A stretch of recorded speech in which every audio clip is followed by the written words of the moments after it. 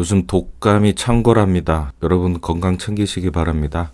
오늘은 16번째 테마 채권의 소멸에 대해서 공부해 보겠습니다. 지금 우리는 채권법을 하고 있죠. 채권법은 채권의 발생, 변경, 소멸에 대한 법입니다. 오늘은 그 채권이 소멸하는 원인들을 모아서 정리하는 시간입니다. 이미 앞 시간에 채권이 소멸하는 내용을 한 번씩 언급하면서 오긴 했어요. 그걸 여기서 정리합니다. 특히 변제 같은 경우는 채무불이행 설명하면서 변제의 제공과 채권자의 수령행위가 합쳐지는 거다라고 설명하면서 관련 조문을 한번 봤습니다. 그 외에 공탁, 상계, 경계, 면제, 혼동, 소멸시효, 완성 이런 원인으로 채권이 소멸하게 됩니다. 그리고 채권의 목적이 소실돼서 목적 달성이 불능한 이행불능의 경우에도 그 원래 채권은 사라집니다. 손해배상 청구권이나 대상 청구권으로 변경되게 됩니다. 이렇게 넓게 보면 이행불능도 채권의 소멸 원인이 되겠습니다. 중요한 건 변제, 상계, 소멸시효 등이 되겠습니다. 나머지는 개념 정도 익히고 가시면 되겠습니다. 자, 우리가 지금 있는 위치는 채권의 소멸 부분입니다. 채권이 사라지는 걸 객관적 소멸이라고 합니다. 채권의 당사자가 바뀌는 걸 주관적 변경, 채권을 갖고 있다가 양도 등으로 잃게 되면 주관적 소멸이 됩니다. 사람만 바뀌는 거죠. 이 시간에 채권 소멸은 객관적 소멸 원인을 배우는 겁니다. 여기 있는 문장을 한번 설명드리겠습니다. 변제, 대물변제, 공탁, 상계는 채권의 목적이 실현돼서 없어지는 거다. 경계, 면제, 혼동은 목적 소멸 외의 사유다. 목적 도달이 불가능해 채권이 소멸하는 이행불능도 채권 소멸 원인 중 하나다. 변제, 대물변제는 갚는 걸 말해요. 그러니까 목적 달성으로 소멸되죠. 공탁도 갚는 건데 채권자한테 직접 갚는 게 아니라 가져가라고 공탁 기관에 맡겨놓는 겁니다. 이거는 채권자가 받지 않거나 채권자가 누군지 모를 때 그때 채무자가 자신의 변제 제공의 방법으로 갚는 걸 말합니다. 상계는 같은 범위에서 서로 까는 걸 말해요. 내가 100만 원 줄 게 있고 50만 원 받을 게 있다. 두 개 변제기가 지났다. 그러면 내가 받을 50만 원과 내가 줄 100만 원 중에 50만 원을 서로 대등액에서 상계하자. 까자. 뭐 주고 받을 필요 없이 그렇게 해서 채권을 소멸시키면 되죠. 그 50만 원 범위에서는 상계가 이루어진 겁니다. 이 상계도 변제랑 실질적으로는 차이가 없죠. 경계는 새로운 계약을 하는 거예요. 면제는 그냥 채권을 포기하는 거고 혼동은 채권자와 채무자가 한 사람한테 귀속되는 겁니다. 내가 채무자였다가 채권자이자 채무자 지위를 같이 받는 거. 아버지한테 돈을 빌렸어요. 그럼 전 채무자, 아버지는 채권자인데 아버지가 돌아가셔서 아버지의 채권을 제가 상속받아요. 그럼 저는 채권자이자 채무자가 되죠. 그러면 서로 음극과 양극이 만나서 둘 다 소멸하는 거. 그걸 혼동이라고 합니다. 이런 용어들은 우리가 일반적으로 쓰는 의미하고 좀 다르죠. 법률 용어는 법률 용어 나름의 개념을 이해할 필요가 있습니다. 자, 그리고 이 문장인데 잠시 권리 변동표를 보면 여기 이제 법률 요건 두 개잖아요. 법률 행위와 법률 규정. 차이가 뭐라고 했죠? 법률 행위는 의사 표시를 필수 요소로 하여 권리 변동을 시키는 법률 요건을 말하죠. 법률 규정은 의사 표시가 아닌 다른 법률 사실에 의해 권리 변동이 일어난 걸 말합니다. 이 법률 행위 아닌 걸 다 법률 규정이라고 해요. 그래서 의사표시 수에 따라 의사표시 하나로 법률 효과를 내면 단독행위, 청약, 승낙이라는 쌍방의 의사가 합치돼서 법률 효과, 즉 권리 변동을 일으키는 걸 계약이라고 합니다. 그러면서 여기 많다라고 하고 이 부분은 굳이 설명을 안 했거든요. 옛날엔 여기 있는 내용들을 쫙 나열해서 외우고 시험도 나오고 이랬어요. 근데 지금은 그런 식으로 문제를 내는 추세는 아니라서 효용성이 떨어집니다. 그래서 그냥 넘어갔던 건데 여기서 몇 개 구경할 수 있겠습니다. 면제는 채권자의 단독행위다. 이해되시죠? 채권자가 채권을 포기하는 겁니다. 일방적 의사표시로. 면제라는 하나의 의사표시로 채권 소멸이라는 권리 변동, 즉 법률 효과를 일으켰죠. 그래서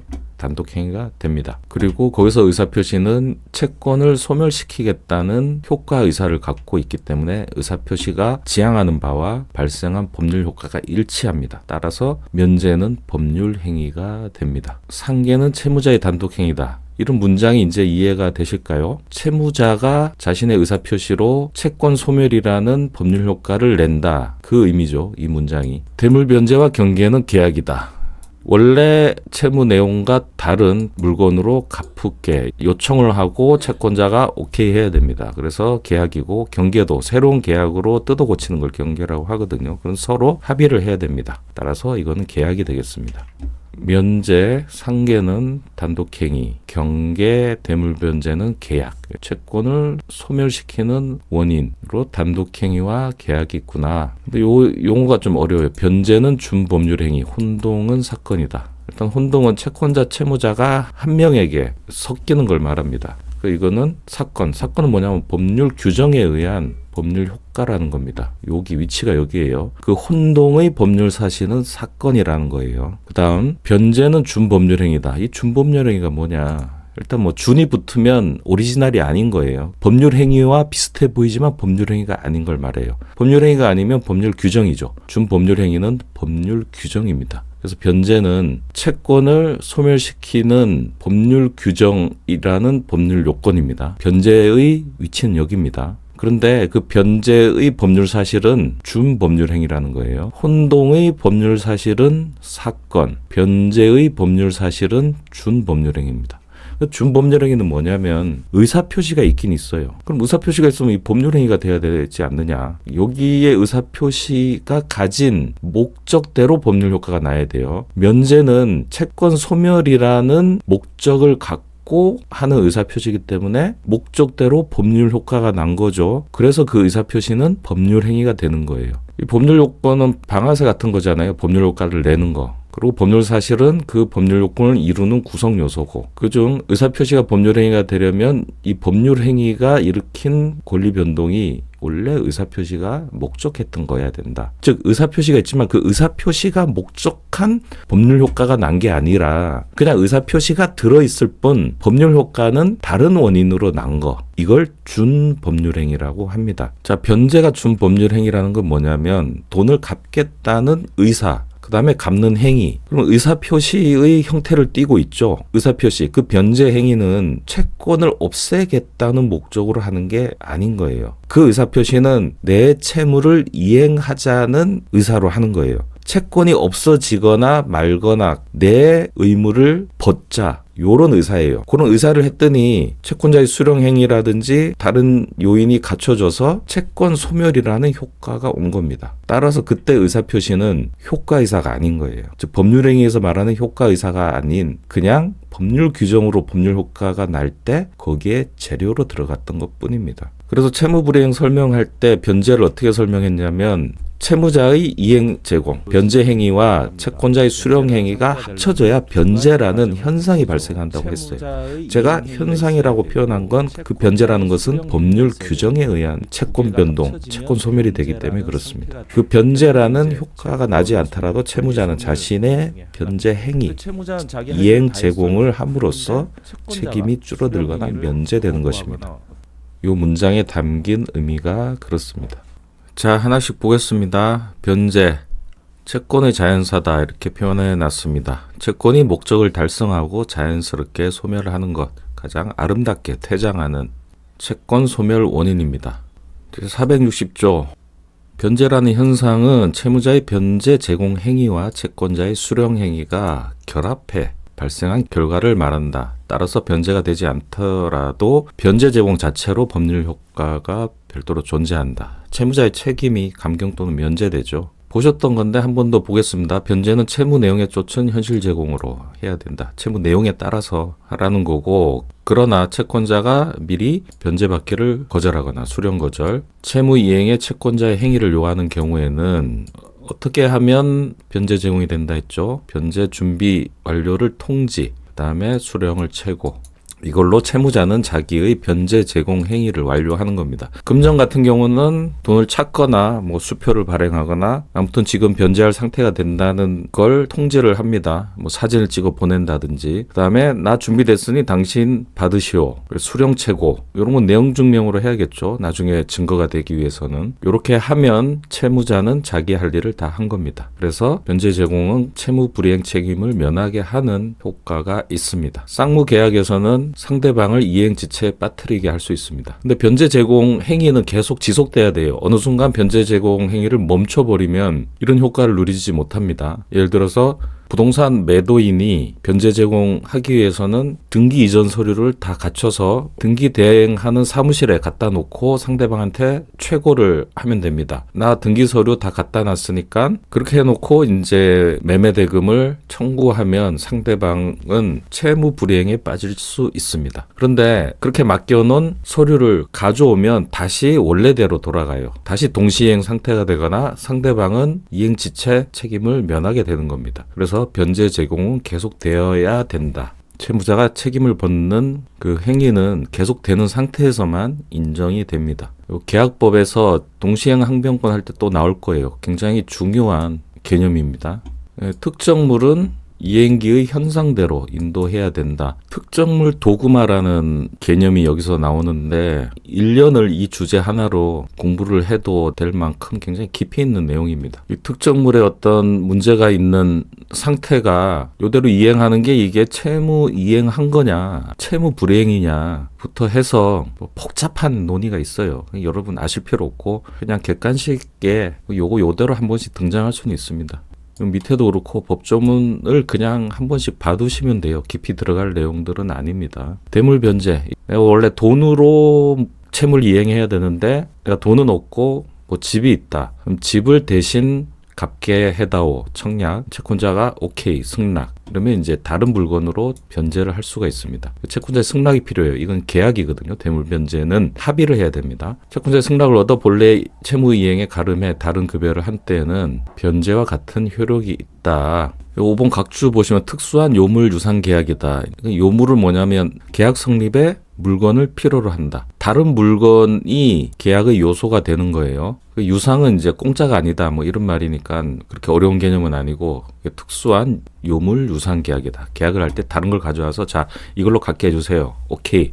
여기 이제 대물 변제인데 대물 변제가 변제로 이루어지는 경우는 좀 드물고 뒷문장입니다. 예약과 결합해 변칙적 담보로 활용되는 경우가 많다. 담보는 오리지널은 이제 물권법에 있는 저당권 같은 담보 물권을 말하는데 예약, 나중에 어떤 법률 행위를 하자. 이게 이제 예약인데 내가 이제 돈을 빌려요. 지금 돈을 빌립니다. 1억을 빌린다. 빌리면서 어떻게 하냐면 예약을 같이 해요. 예약을 같이 거는데 내가 집이 있는데 이 집에 대한 매매 예약을 합니다. 돈 빌리는 계약과 요 대물 변제의 예약을 같이 하는 거예요. 왜 이러냐면 나중에 만약 내가 돈을 갚지 못하면 집을 넘기는 걸로 이렇게 예약을 걸어 놓는 거예요. 그럼 마치 이게 담보하고 비슷하죠. 이 돈 갚는 걸 담보하기 위해서 예약을 걸어 놓는 겁니다. 그 예약의 내용은 돈 대신 집을 주는 게 되죠. 그래서 요 두 개를 이렇게 합쳐보면 이게 법이 정한 담보 절차가 아니라 계약을 결합해서 담보의 효과를 노린다. 그래서 변칙적 담보로 활용한다. 이런 표현을 쓰는 겁니다. 요 문장의 의미입니다. 자, 변제 장소. 채무의 성질 또는 의사표시로 정하지 아니한 때에는 그런 경우가 아니라면 특정물 인도는 채권 성립 당시에 그 물건이 있던 장소, 그 외에는 채권자의 현주소, 이렇게 변제 장소를 정했습니다. 변제 장소가 왜 중요하냐면 그 장소가 변제 장소가 아닌 경우에는 채무 불이행이 돼요. 채무를 이행한다는 건 그 채무의 내용에 따라 변제기와 변제 장소, 변제 방법이 지켜져야 되는 겁니다. 그렇지 않으면 채무 불이행이 돼서 막중한 불이행 책임을 질 수 있어요. 그래서 변제 장소도 중요한 겁니다.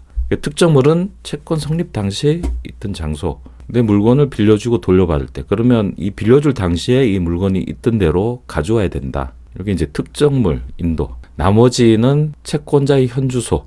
이게 이제 지참 채무라고 합니다. 지참에서 가져가서 이행한다. 채무자가 채권자의 주소지에 가서 주라는 거예요. 여기에 대한 예외는 앞에 본 특정물 인도, 그 다음에 매매대급 지급 장소. 매매대급은 동시행 관계에 있기 때문에 물건의 인도 장소에서 매매대금을 주게 돼 있어요. 그 같은 자리에서. 그 다음에 임치물, 이제 보관해 놓은 물건의 반환 장소는 보관 장소.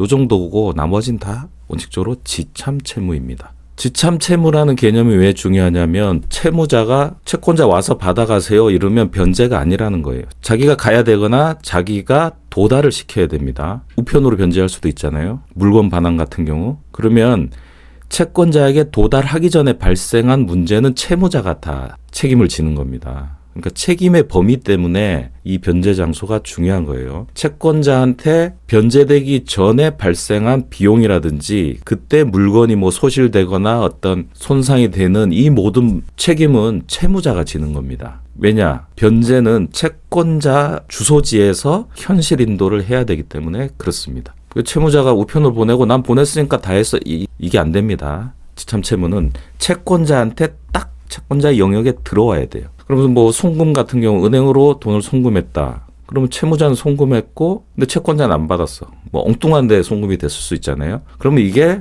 갚은 거냐 안 갚은 거냐? 갚지 않은 거죠. 채권자의 통장, 그 통장 안에 쏙 들어와야 돼요. 그때 변제가 되기 때문에 채권자가 받지 않은 이상 채무자는 채무 이행을 한 게 아니에요. 딴 데 만약에 보냈으면 채무자가 가서 찾아와서 다시 채권자에게 변제를 해야 됩니다. 변제 장소, 지참 채무가 원칙이다. 특정물 채무는 채권 성립 당시 물건이 있던 장소 예외에 해당한다. 468조 당사자의 특별한 의사표시가 없으면 변제기 전이라도 채무자는 변제할 수 있다. 그러나 상대방의 손해는 배상해야 된다. 지금 153조와 중복으로 보인다라고 돼 있는데 153조는 뭐냐면 조건 기한할 때 기한 이익에서 받던 겁니다. 기한 이익은 채무자의 이익을 위한 걸로 보는데 그 채무자가 기한 이익을 포기할 수 있습니다. 다만 상대방의 이익을 침해할 수 없거든요. 대출을 받고 이제 만기 전에 갚을 때 중도상환 수수료를 내죠. 그 중도상환 수수료가 그 조문 때문입니다. 요 문장이 같은 거예요. 그거는 이제 기한 이익이라는 측면에서 153조가 규정돼 있고 여기는 변제라는 측면에서 468조가 규정돼 있고 그 내용은 똑같다.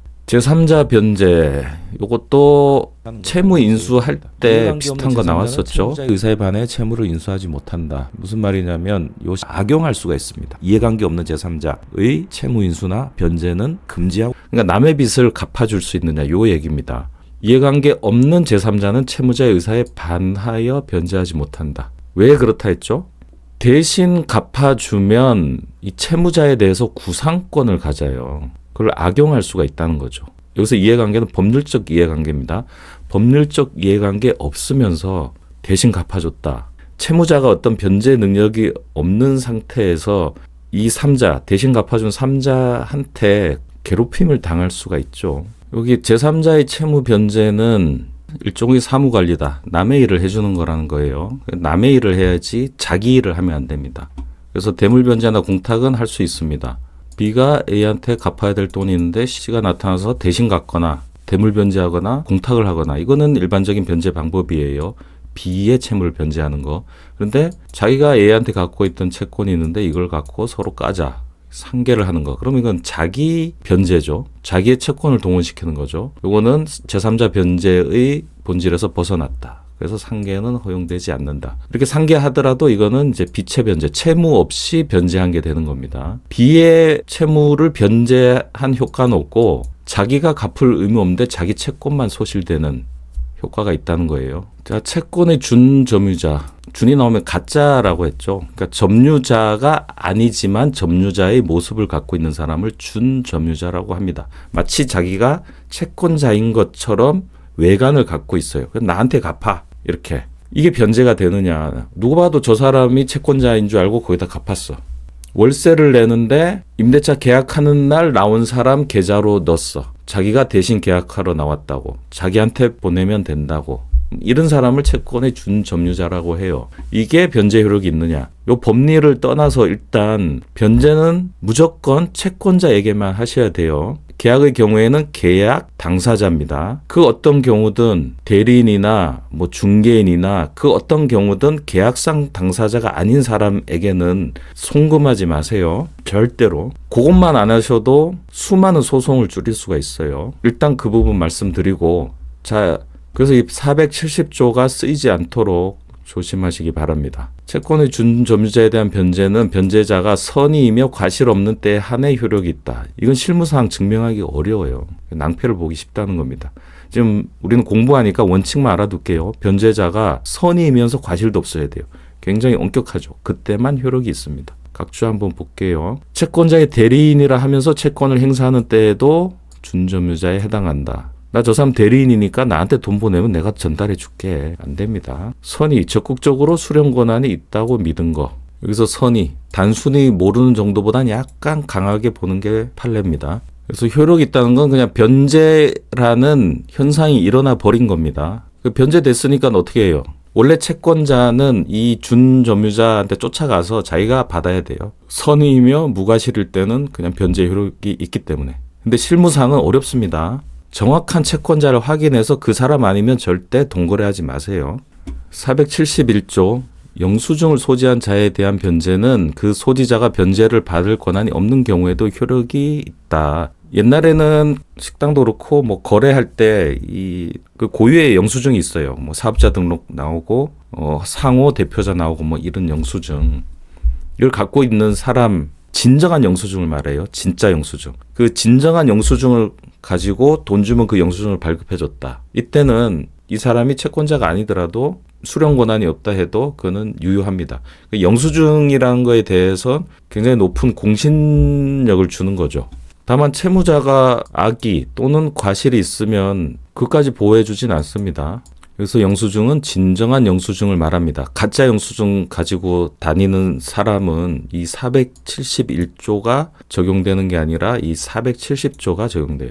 그렇게 보면 이 채권의 준점유자 중에 영수증 갖고 있는 사람은 조금 더 공신력을 준다는 겁니다. 권한 없는 자에 대한 변제, 이 앞에 두 개 채권의 준점유자와 영수증 소지자에 대한 변제 외에 권한 없는 자에 대한 변제는 그걸로 채권자가 이익을 받은 한도에서 변제 효력이 있습니다. 실제 채권자가 아닌데 뭐 받아서 실제 뭐 일부를 채권자한테 줬다. 100만 원 받아서 50만 원 채권자한테 줬다. 그럼 그 부분은 변제로 인정해 준다는 겁니다. 변제 비용은 다른 합의가 있으면 거기에 따르고 아니면 채무자 부담으로 합니다. 그래서 지참 채무는 채무자가 채권자에게 가서 변제 또는 채권자의 영역까지 밀어넣는 그 사이에 드는 돈은 채무자가 부담해야 돼요. 송금을 한다. 그 송금 수수료는 누가 내야 됩니까? 채무자가 내야 되죠. 송금을 해서 채권자의 계좌까지 들어가야 변제가 되기 때문에 그 전에 드는 비용은 채무자가 부담합니다. 그러나 채권자의 주소 이전, 채권자로 인해서 비용이 증가된 때, 그거는 당연히 채권자가 부담해야겠죠. 이런 경우에 채무자가 먼저 그 비용을 쓰고 채권자한테 달라, 그걸 구상이라고 합니다. 달라고 하거나 변제액에서 너 때문에 비용 들었으니까 그만큼 까고 줄게. 이렇게 하면 됩니다. 이 동시행은 뭐냐면 내 비용 주기 전에는 나 변제 안 할래. 이건 안 된다는 거예요. 까고 주든지 나중에 별도로 청구해야지 비용 줄 때까지 그 변제 자체를 거부할 수는 없다는 겁니다. 그거 거부하면 채무 불이행이 되는 거예요. 변제자는 변제를 받은 자에게 영수증을 청구할 수 있다.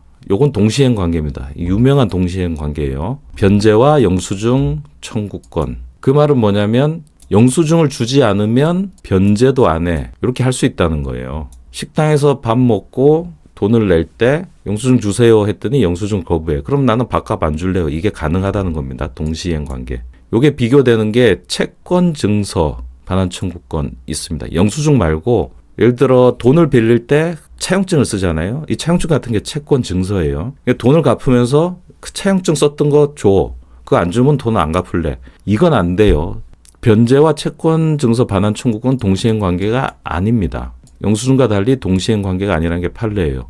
그래서 이 영수증 청구권과 채권 증서 반환 청구권이 동시행 관계인지를 비교 문제로 많이 나옵니다. 계약법에서 동시이행 항변권에서 또 할 건데 지금 미리 봐두세요. 영수증은 주지 않으면 내가 변제하지 않아도 된다. 그렇지만 채권 증서는 그렇지 않다. 나의 변제 의무는 그대로 존재하고 채권 증서 반환 청구권은 별도로 행사해야 된다. 자, 이제 이 중요한 내용이 등장했는데 변제 충당입니다. 이런 경우가 있을 수 있습니다. 채권자 A한테 B가 그냥 100만 원 빌리고 100만 원 갚는 채권. 그럼 단순하죠. 100만 원 금전 채권. 뭐 이걸 갚으면 돼요. 근데 B가 100만 원 빌린 거 말고 또 뭐가 있냐면 이게 이제 임대차 계약 관계네. 월세를 줘요. 월세 50만 원. 이거는 대여. 이거는 월세. 그런데 A한테 또 뭐 노트북을 하나 샀어. 중고 노트북. 매매 대금 뭐 30만 원. 뭐 이렇다고 하면 B는 A한테 요것도 갚아야 돼. 요것도 갚아야 돼. 요것도 갚아야 돼. 여러 개죠. 총 180을 갚아야 되죠. 180. 근데 여긴 또 이자까지 붙네. 이자. 근데 B가 돈이 지금 한 70이 있어요. 70. 이 70을 이제 갚는 거예요. A한테. 갚는데 얘가 이 70을 어디다 뭐로 갚는지 말을 안 했다. 만약 A, B 사이의 합의 또는 B가 이거는 월세 먼저 충당하고 그 다음 매매대금 하세요라든지 이 B가 지정을 하면 그냥 그대로 하면 돼요. 그게 이제 지정 충당입니다. 하면 되는데 아무 말 안 하고 이걸 70을 줬다. 그러면 A가 생각할 때 이 70은 요 매매대금 30 떼고 40 남은 거는 여기다가 해야지. 그러면 원금 40, 그러면 60이 남았네. 이 월세에서는 충당 안 했어요. 근데 이제 월세니까 다음 달 돼서 또 월세가 50이 또 늘었어. 근데 여러분 주택 임대차에서 차임을 2번 2기 금액을 연체하면 어떻게 됩니까? 쫓겨납니다. 임대차 해지 사유예요. 그러니까 A가 월세 2번 밀렸어. 너 나가. 이렇게 한 거예요. 그러니까 B는 아니 내가 70 줬잖아. 70 월세부터 해야지. 이렇게 해서 소송까지 가는 겁니다. B 입장에서는 월세에 대한 채무 불이행으로 쫓겨나기까지 할 수 있어요. 근데 이 70이 월세에 50, 그 다음에 뭐 매매대금에 20. 이러면 매매대금이 10 남고 월세는 이번 달 월세 50만 밀렸죠. 한 번만 밀렸기 때문에 쫓겨나지 않는 거예요.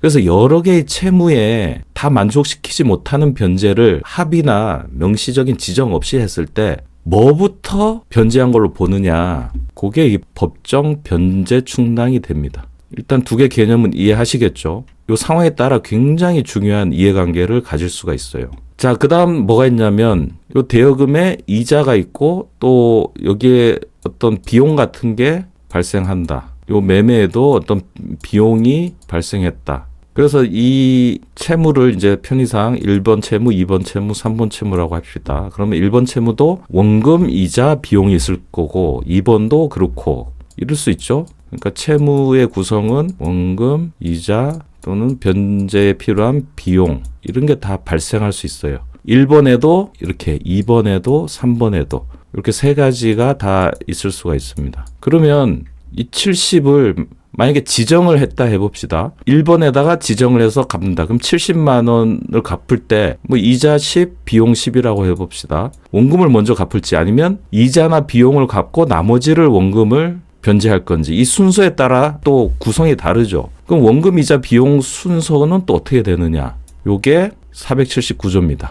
자, 일단 이 상황을 이해하셔야 돼요. 같은 채권자에게 여러 개의 채무가 있고 그 채무 각각이 원금, 이자, 비용으로 되고 이런 상황일 때 일단 이 모든 거를 A, B가 합의하면 아무 관계가 없어요. 근데 합의가 아닌 다른 방식일 때 어떻게 되느냐. 일단 이 여러 개의 채무 중에 1번으로 할지 2번으로 할지 3번으로 할지는 갚는 사람이 혼자 정할 수 있어요. 그런데 이 원금, 이자, 비용은 비혼자 못해요. 원금, 이자, 비용은 합의로만 정할 수 있어요. 자, 그러면 합의가 안 됐을 때 어떻게 하느냐. 요 1, 2, 3번 중에 어떤 걸 할지가 합의가 안 되면 법정 충당으로 갑니다. 그 다음에 원금, 이자, 비용 이게 합의가 안 됐을 때 그때는 비용, 이자, 원금 순서대로 하라고 법에 딱 정해져 있어요.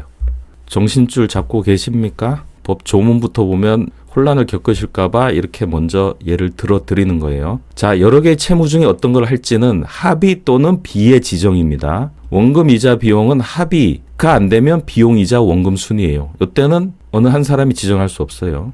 근데 여기 어떤 걸로 할지에 대해서는 B가 지정할 수 있는데 B가 지정 안 하면 A가 그러면 나 이거 2번으로 채울게 라고 A가 말은 해볼 수 있지만 B가 아니야 라고 거부하면 역시 합의가 안 된 거예요. 그러니까 지정권은 B한테 있고 A도 지정하기 위해 언급은 할 수 있지만 B의 동의가 필요해요. 여기서 합의는 명시적으로 합의한 경우도 있지만 묵시적으로 그냥 이 정도면 합의로 봐줄 수 있다라는 합의도 포함합니다. 어떻게든 합의가 있으면 그 합의대로, 합의가 없으면 요 경우는 B가 지정할 수 있고 요 경우는 비용, 이자, 원금 순으로 한다. 자, 그러면 우리가 공부할 게 하나가 남습니다. 이 부분에 합의나 B의 지정이 없을 때 법정 충당은 어떻게 하느냐. 그 부분을 법조문으로 확인할 겁니다.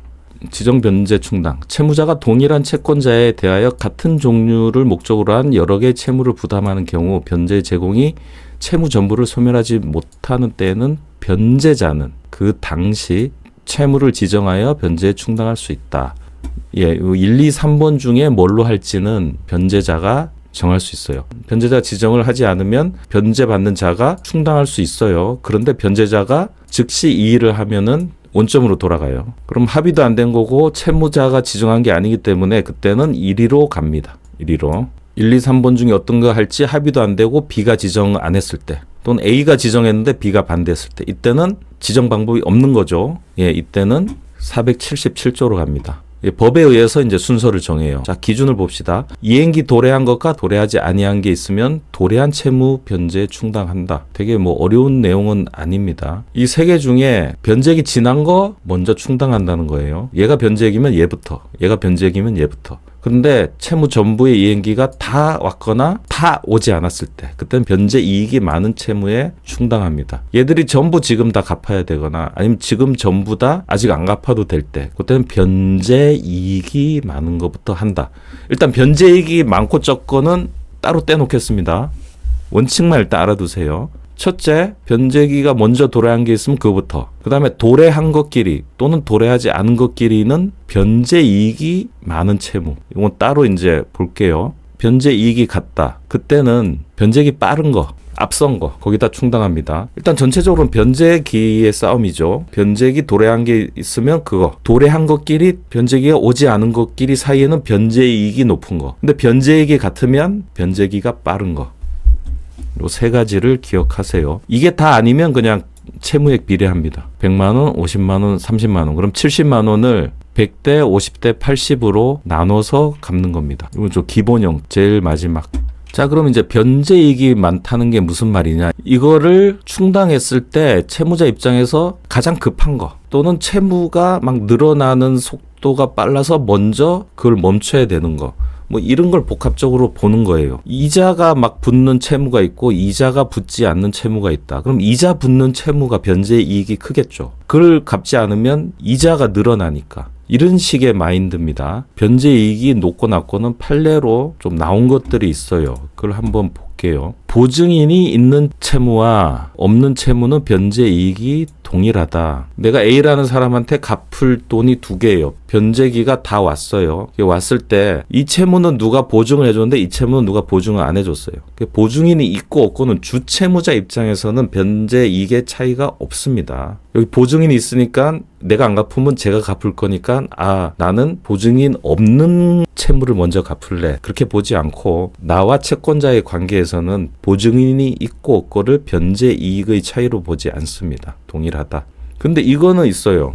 내가 A한테 갚을 돈이 하나 있고 또 다른 갚을 돈이 있는데 이 또 다른 채무는 내 채무가 아니라 남의 채무에 내가 보증을 서서 있는 보증 채무예요. 그럼 이 둘 중에는 남의 채무에 보증 쓴 거 말고 내 채무를 갚는 게 변제 이익이 크죠. 이건 다르죠. 그러니까 내 채무에 다른 사람이 보증하는 것과 내가 같은 채권자에게 두 개의 채무가 있는데 하나는 내 빚, 다른 하나는 남의 빚의 보증. 그럼 내 거를 갚는 게 변제 이익이 큽니다. 그게 요 3번에 있죠. 주채무, 그러니까 내 채무. 그게 남의 채무를 내가 보증해서 생긴 채무보다는 변제 이익이 큽니다. 단순 채무는 이런 보증 관계가 없는 거. 이 3번이 그 의미예요. 1번하고 3번을 비교해서 생각하시면 이해하기 좋을 겁니다. 그 다음에 이자가 붙는 금전 채무의 변제이익이 크겠죠, 당연히. 그다음에 단순 채무와 연대 채무, 이것도 주채무 보증 채무하고 비슷해요. 3번하고 비슷합니다. 보증은 아니지만 남하고 같이 부담하는 채무가 연대 채무예요. 그거 갚는 것보다 내 고유의 채무를 갚는 게 변제이익이 더 큽니다. 그다음에 변제자 발생, 여기 생을 행으로 고쳐주세요. 변제자 발행의 어음이 담보하는 채무. 내가 어음 발행한 채무,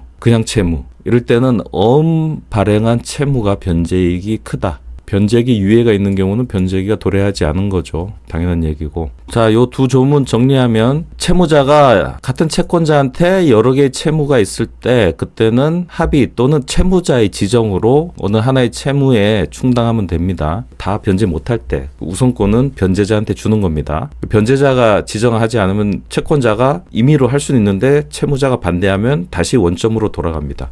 이렇게 해서 476조에 의한 지정 변제 충당의 요건이 되지 않으면 법에 의해서 충당을 하는데 이행기 먼저 도래한 게 있으면 그거 그 다음에 변제익이 도달 여부가 동일할 때는 변제이익이 많은 경우, 변제이익이 같으면 빠른 변제기. 이 4번은 그냥 베이스로 깔고 1, 2, 3번의 순서만 인식을 하시면 굳이 외울 필요는 없습니다. 변제기 갖고 하는 거니까 이 차이점만 아시면 되죠. 자, 479조. 비용 이자 원본에 대한 순서. 채무자가 한 개 또는 수개의 채무의 비용 이자를 지급할 경우 그 전부 소멸하지 못한 급여를 할 때는 비용 이자 원본 순수로 충당하여야 한다. 비용 이자 원본 사이에도 이런 법정 충당이 적용됩니다. 근데 비용 이자 원본은 채무자가 지정하는 게 없어요. 네, 요 사안을 공부를 했습니다. 476, 477, 479조 3개 중요하니까 찬찬히 한번 들여다보면서 정리를 한번 해보세요. 자, 변제자 대의. 채무자를 위하여 변제한 자는 변제와 동시에 채권자의 승낙을 얻어 채권자를 대위할 수 있다. 이때는 채권 양도 규정을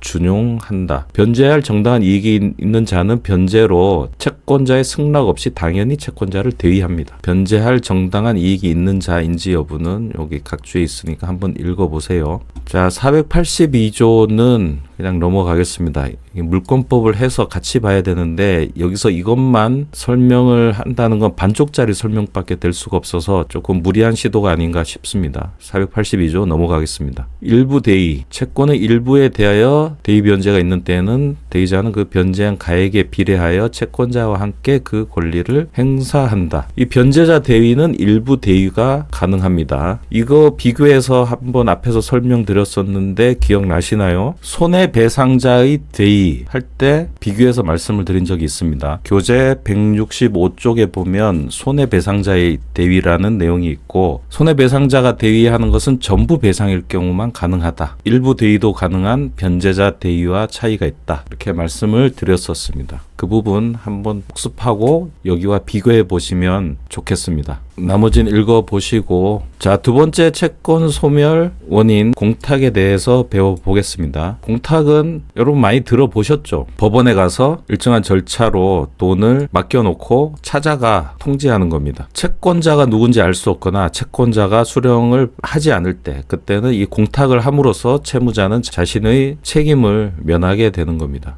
변제 공탁, 채권자가 변제를 받지 아니하거나 받을 수 없는 때, 또는 변제자가 과실 없이 채권자를 알 수 없는 경우, 이때 변제자는 채권자를 위하여 변제의 목적물을 공탁하여 채무를 면할 수 있다. 공탁은 채무 이행지, 지참 채무가 원칙이죠. 채무 이행지는 채권자의 주소지입니다. 그 채권자 주소지 법원 공탁소에 해야만 유효한 공탁이 되는 겁니다. 이 내용은 읽어보시기 바랍니다. 자, 세 번째 상계.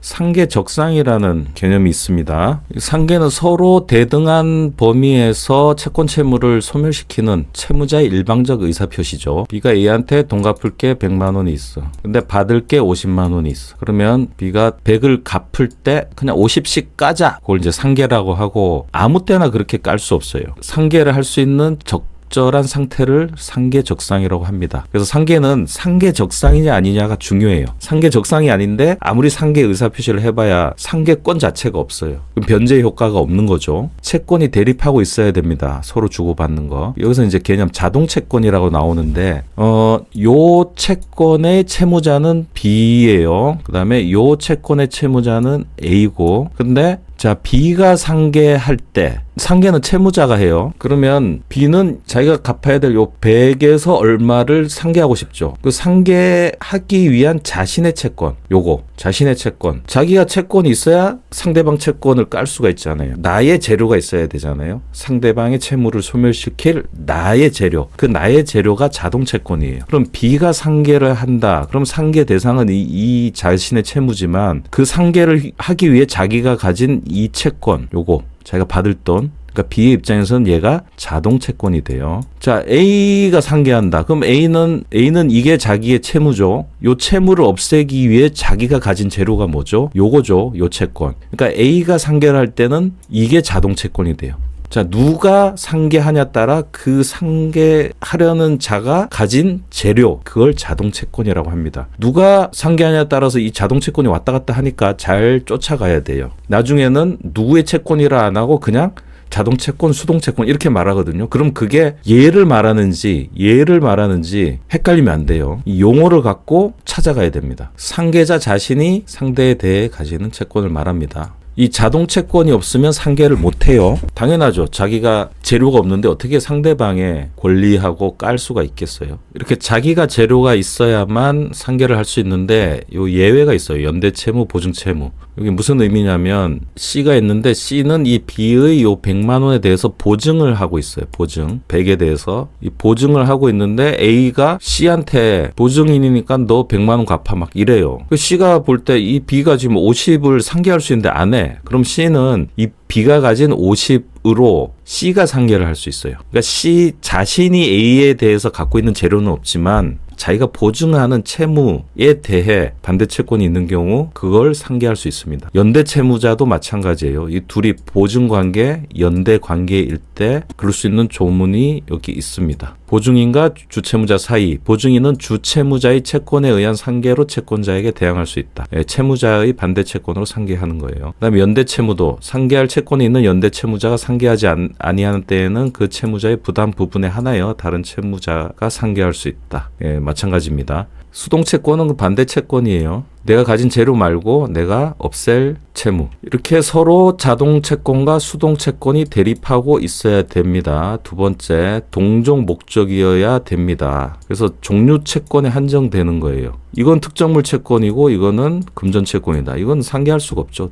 양으로 같이 할 수 있어야 됩니다. 그래서 무조건 종류 채권이고 특히 금전 채권일 때 가장 유용하죠. 자동 채권이 변제기에 있어야 됩니다. 그게 무슨 말입니까? 자, B가 상계를 한다. 그럼 자동 채권이 어떤 거죠? 자기가 가진 재료가 자동 채권입니다. 이게 변제기에 있어야 된다. 왜 그러냐면 내가 받을 돈이죠. 그럼 내가 받을 돈이 아직 변제기에 이르지 않았다. 그럼 내가 받을 권리가 아직 완성이 안 된 겁니다. 변제기 전에 갚으라고 하면 안 되죠. 당연히 변제기 전에 얘를 까도 안 돼요. A 입장에서는 아직 변제기가 남아서 나중에 갚아도 되는데 지금 이걸 까버려. 그럼 A 입장에서 억울하잖아요. 내 돈 아직 안 갚아도 되는데 왜 까냔 말이에요. 그래서 자동 채권은 변제기가 와야 돼요. 근데 수동 채권은 변제기가 아니어야 돼요. 왜? 상계는 내 선택이잖아요. 나는 당장 받을 수 있고 내가 줄 돈은 조금 이따 줘도 돼. 근데 상계한다. 내 기한의 이익을 포기하는 겁니다.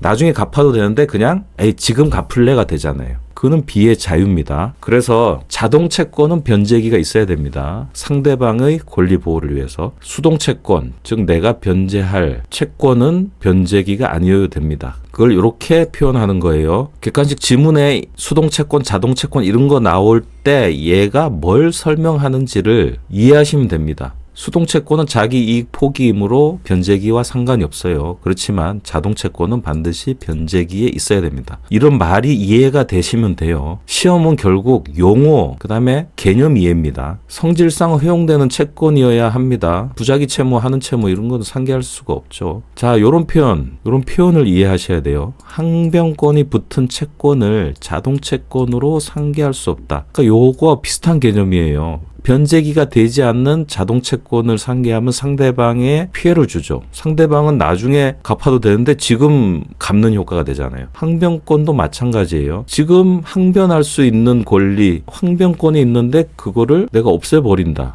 내 채무를 소멸하기 위해서. 그럼 상대방의 항변권이 사라져버리죠. 너무 당연한 얘기를 법률 용어로 이렇게 냈을 때 이해하느냐. 이런 게 객관식 시험이죠. 동시행 항변권이 붙어 있고 양채무가 동종급부를 목적으로 하는 경우는 상계가 가능하다. A가 B를 위한 공사를 해서 공사대금 채권이 있어요. 공사대금을 줘야 되는데 얘가 공사를 좀 부실하게 해서 하자 보수 또는 손해배상 청구권이 건물주에게 생겼다. 그럼 이 두 개를 깔 수 있다. 상계 금지 채권이 아닐 거예요. 요거 중요한데 따로 뒤에서 법 조문으로 볼 거예요. 단골 문제입니다. 상계 금지 채권. 자, 상계 효과 대등액에서 소멸. 초과되는 부분은 존속. 100만 원, 50만 원. 그럼 50만 원 범위에서 소멸. 나머지 50은 남는다. 자, 법 조문을 한번 볼게요. 상계 요건. 쌍방이 같은 종류 채무 부담했을 때 그 쌍방 채무 이행기가 도래한 때에는 대등액에 관하여 상계할 수 있다. 상계 적상. 성질상 안 되는 거 안 된다. 당연한 얘기. 당사자가 상계하지 말자 합의 보면 거기에 따르고 그런데 그 합의는 모르는 사람한테 대항하지 못한다. 상계는 상대방에 대한 의사표시를 합니다. 채무자의 단독 행위가 됩니다. 조건 기한 붙이지 못한다. 상계권은 형성권이에요. 일방의 의사표시로 채권 소멸이란 법률 효과가 나잖아요. 그래서 상계권은 형성권입니다. 교재 23페이지 보시면 형성권의 종류해서 해제권, 취소권, 그 다음에 상계권이라고 돼 있죠.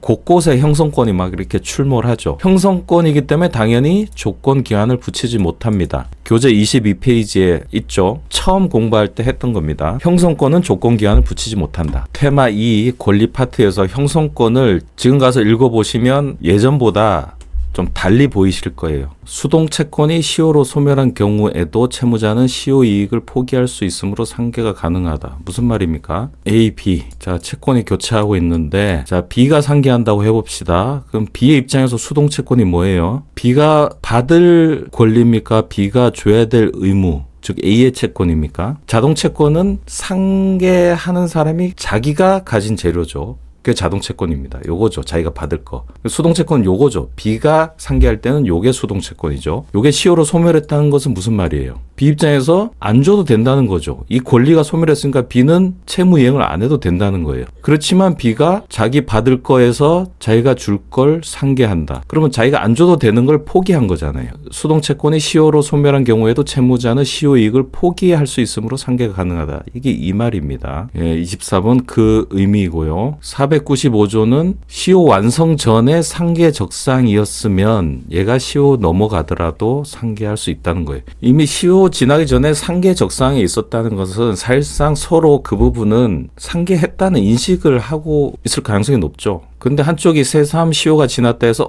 그거 없어. 그럼 뭔가 공평하지도 않고 당사자 인식에도 맞지 않고 혼란을 더 줄 수가 있죠. 그래서 시효가 완성된 채권이 완성 전에 상계 적상이 있었으면 상계할 수 있습니다. 자, 496조 굉장히 중요한 조문입니다. 자, 상계는 용어 이해를 하고 있느냐가 시험 문제를 맞힐 수 있느냐로 직결됩니다. 불법 행위 채권을 수동 채권으로 하는 상계의 금지. 채무가 고의의 불법 행위로 인한 것인 때에는 그 채무자는 상계로 채권자에게 대항하지 못한다. 자, 설명드릴게요. 고의의 불법 행위. 이렇게 예를 들어볼게요. A가 돈 받을 게 있어요. 100만 원 뭐 빌려줬든지 해서 돈 받을 게 있어요. 받을 게 있는데 B가 안 줘.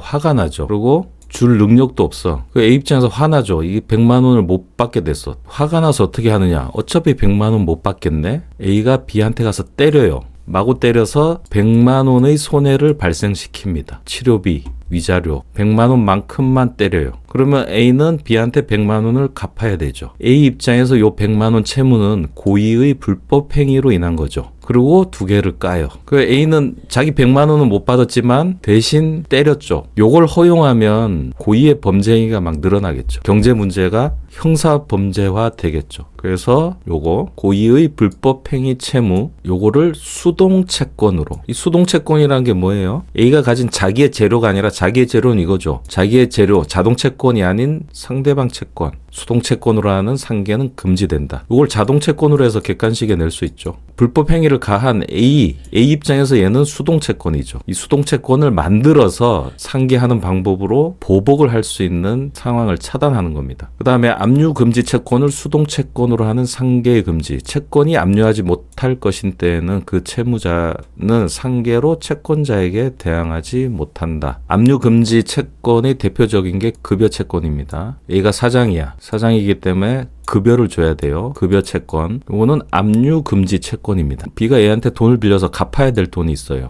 자, 이때 압류 금지 채권. 요 급여 채권의 채무자는 누굽니까? A죠. 급여 채권의 채무자 A는 급여 200만 원을 줄게 했는데 내가 받을 돈이 200만 원이야. 요거 상계할래. 요게 안 된다는 거예요. 요 급여 채권은 압류 금지 채권입니다. 이 압류 금지 채권을 수동 채권. 자기가 채무자죠. 자기가 가진 재료는 요거죠. 요게 자동 채권이니까 요게 수동 채권이죠. 압류 금지 채권이 수동 채권인 요 상태에서 상계를 못 합니다. 이렇게 상계하면 이 압류 금지를 하는 거는 급여 같은 게 이제 최소한의 생계를 위해서 주는 거기 때문에 압류를 못 하게 돼 있어요. 이런 압류 금지 대상으로 한 거를 상계를 해버리면 압류를 한 것과 다름없는 효과가 나버리죠. 편법적으로 우회하는 게 되기 때문에 금지합니다. 이 문장을 이해하세요. 498조 한번 읽어보시기 바랍니다. 자, 경계는 새로운 계약을 하는 거예요. 당사자가 채무의 중요한 부분을 변경하는 계약을 한 때에는 구채무, 옛날 채무는 소멸한다. 새로운 계약으로 바뀌었기 때문에 기존의 채권이 소멸한다. 변형된 거죠. 완전 새롭게. 이렇게 경계 개념만 아시고 나머지는 그냥 쭉 읽어보세요. 면제해 주는 거, 단독행위로. 채권자가 채무자에게 채무를 면제하는 의사표시를 한 때에는 채권을 소멸한다. 채권 포기죠. 근데 그게 둘 사이 일이 아니라 또 제3자가 개입돼 있으면 거기에는 대항하지 못한다. 혼동. 채권과 채무가 동일한 주체에 기속한 때에는 채권은 소멸한다. 그러나 그 채권이 3자의 권리 목적인 때에는 그러하지 않다. 네가 아들인데 아빠한테 돈을 빌리고 그럼 갚아야 되죠. 그럼 얘는 채무자. 채권자. 아빠가 사망해서 채권을 상속받아서 B는 채권자이자 채무자가 됐어요. 자기가 자기한테 갚아요. 얘는 이제 없어집니다. 없어지는데 이거는 이 권리에 아무런 다른 이해관계 없을 때, 다른 이해관계 있는 사람이 있으면 혼동이 되지 않습니다. 3자가 개입돼 있으면 그게 소멸되는데 장애가 돼요. 이렇게 채권 소멸 원인을 모아서 봤는데 이 소멸시효는 다음 시간에 별도 테마로 다루겠습니다. 오늘 여기까지 하겠습니다. 수고하셨습니다.